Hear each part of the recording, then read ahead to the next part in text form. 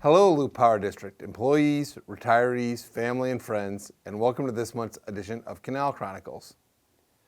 Last weekend was the state wrestling meet, and we had a number of employees who had kids wrestling at the wrestling meet this year, including one girl and 3 boys.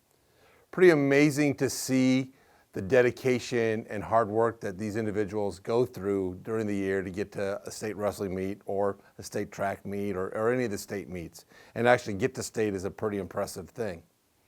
You know, the hard work, the dedication, the teamwork that it takes in a lot of those, and even though wrestling is an individual sport, there's still a team aspect to it. And that's really the way I look at Loup Power District and our employees. We're a team, we work together, we cheer for each other when we can. And even though we do a lot of individual things, together it works together as a team, and jointly we get a lot of work done. We're an extremely productive group of individuals, and together we form one of the best teams in the state, and one that I'm happy to be the president and CEO of and to lead.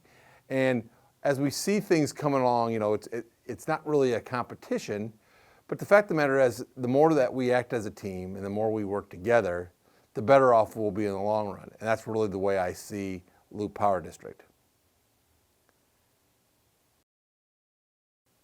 At the board meeting today, the board talked a lot about the district water issues.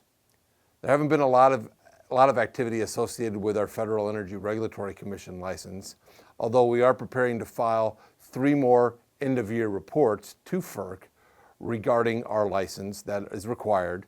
We filed 2 at the end of December, 3 more here by the end of February. And recently we filed a revised monitoring plan for the Loup River bypass reach, which was required as our original plan was a little bit outdated, and some of the information that was contained originally in the plan isn't available to us on as regular of a basis as we thought it would be. Additionally, this month, we met with the Federal Energy Regulatory Commission staff regarding our 60% design of the overflow measures on the canal stemming from the March 2019 storm event. We had a good 2-hour conversation with FERC that day regarding the 60% design, and the great news about that is we came out of it knowing all we have to do now is move forward with the final design plans, which will take about 4 or 5 months, submit those to FERC, get comments, and then proceed with bidding and construction of this overflow measure. It's not completely designed yet, that we're looking at kind of a spillway upstream on the canal between the weir at the settling basin and the Highway 22 bridge.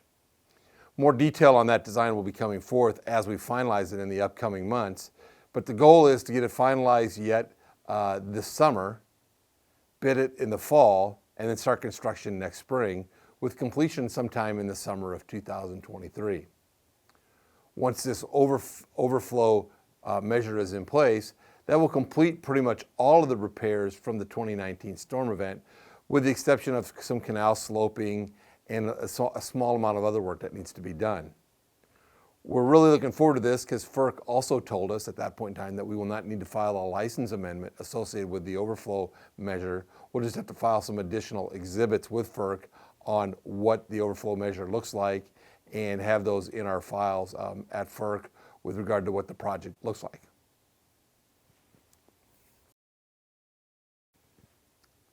Also at today's board meeting, the board heard from management regarding operating ratios and how they compared to other utilities of the same size and within the Midwest region. This operating utilities ratio report is put together by the American Public Power Association, and it compares public power utilities in a lot of different areas. The good news is the district compares very favorably with other utilities, and as a matter of fact, we are pretty much in the lower half to lower quartile in most categories associated in the report. It's a great way for us to benchmark ourselves against other utilities, and we look very good doing that, and we will continue to benchmark ourselves in years to come. We've always had a pretty good report when it comes to looking at ourselves upon those ratios, and this year was no exception, and it's great to see that, especially as we come out of the pandemic over the last couple of years and what we've been able to do. Management also provided the board with our 2021 annual safety report. I'm happy to say 2021 was another very good year for the district, although we did have one lost time accident during the year. But by the same token, we only had one vehicle accident and only 5 reportable injuries. That's very good when compared to past years, and it just shows over the last 15 to 20 years we've been on a decline as far as our accidents and our reportable injuries go as compared to what they were 15 years ago, and we've done a very good job working on safety with all of our employees. Kudos go out to all of our employees for their ability to work on safety and to take safety as a matter of a priority in the jobs that you do on an everyday basis. And considering the amount of work that we do and the amount of miles that we travel, the number of accidents is very low, and we've done a great job really concentrating on keeping those to a low level. So thanks go out to all the employees and all the teams for working together to keep the safety report very good for another year. Vice President of Corporate Services Todd Duran provided the board with an update on legislative bills that are ongoing at the unicameral. There's been a number of bills associated with water issues, economic development issues, and public power district and electric issues before the unicameral during this session. And Loup Power District, and especially Todd, is taking the lead on looking at those issues. I have actually filed testimony before the Natural Resources Committee regarding 2 bills that would affect public power, and testified in opposition to both bills, as both bills would kind of take the public out of the public power side of things, and we think that these bills would be bad for public power in general. It seems that the public power system is more under attack this year than it has been in past years, although we really don't think many of these bills will actually come out of committee and they will actually not be taken to the floor.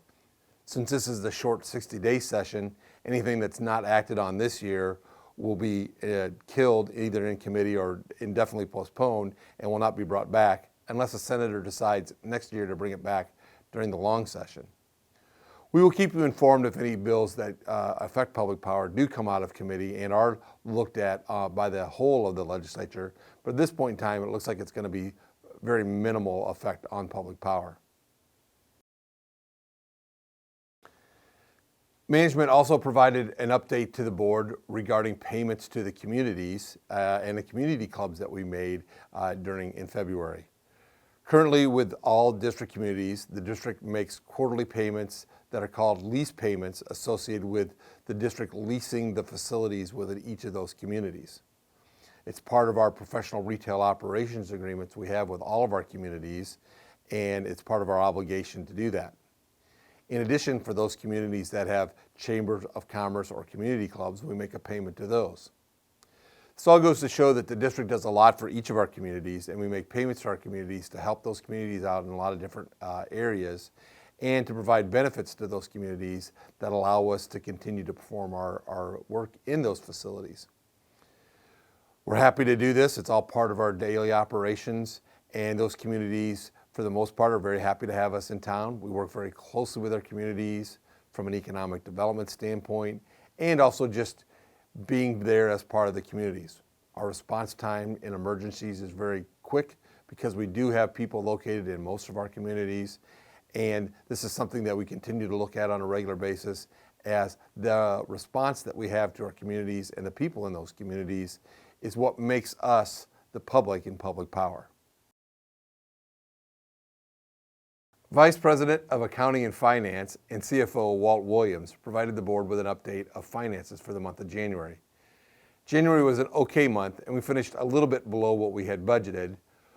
We were ahead of budget as far as our hydroelectric generation goes, which is good news, but we were a little bit below on our energy sales, and we had a slightly higher demand from NPPD for our purchase power cost than we anticipated. Combine that with a little bit milder January than what was anticipated, and overall we were below budget, but not by a whole lot.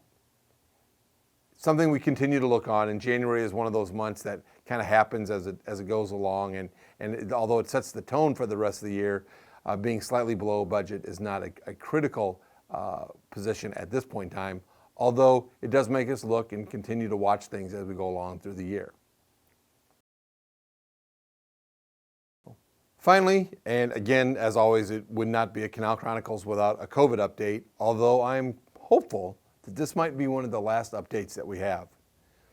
We've seen a marked decrease in COVID cases within the district over the past month, and we've seen a sharp decline in our community associated with that pandemic. Many places across the United States are loosening restrictions, and we are hopeful that this may be the end. As a matter of fact, this is the first time in a very long time that we've had no ongoing cases within the district, and obviously that makes it easier from a management standpoint, but also from dealing with employees being out of service and having to deal with some of the issues that go along with that.